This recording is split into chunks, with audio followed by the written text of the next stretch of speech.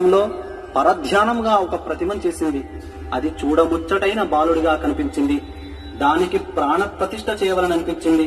అంతకు పూర్వమే ఆమె తన తండ్రియగు పర్వతరాజు ద్వారా గణేశ మంత్రమును కుండనుడై శివపార్వతుల ముద్దుల పట్టి అయినాడు.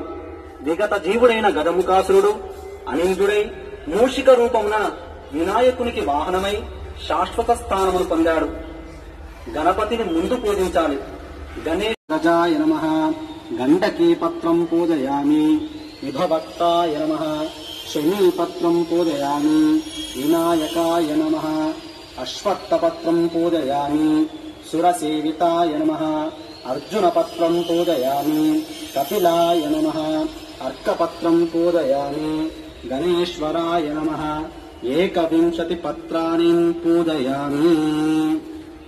అధ అష్టోత్తర శతనామావళి పూజాంచ కరిష్యే.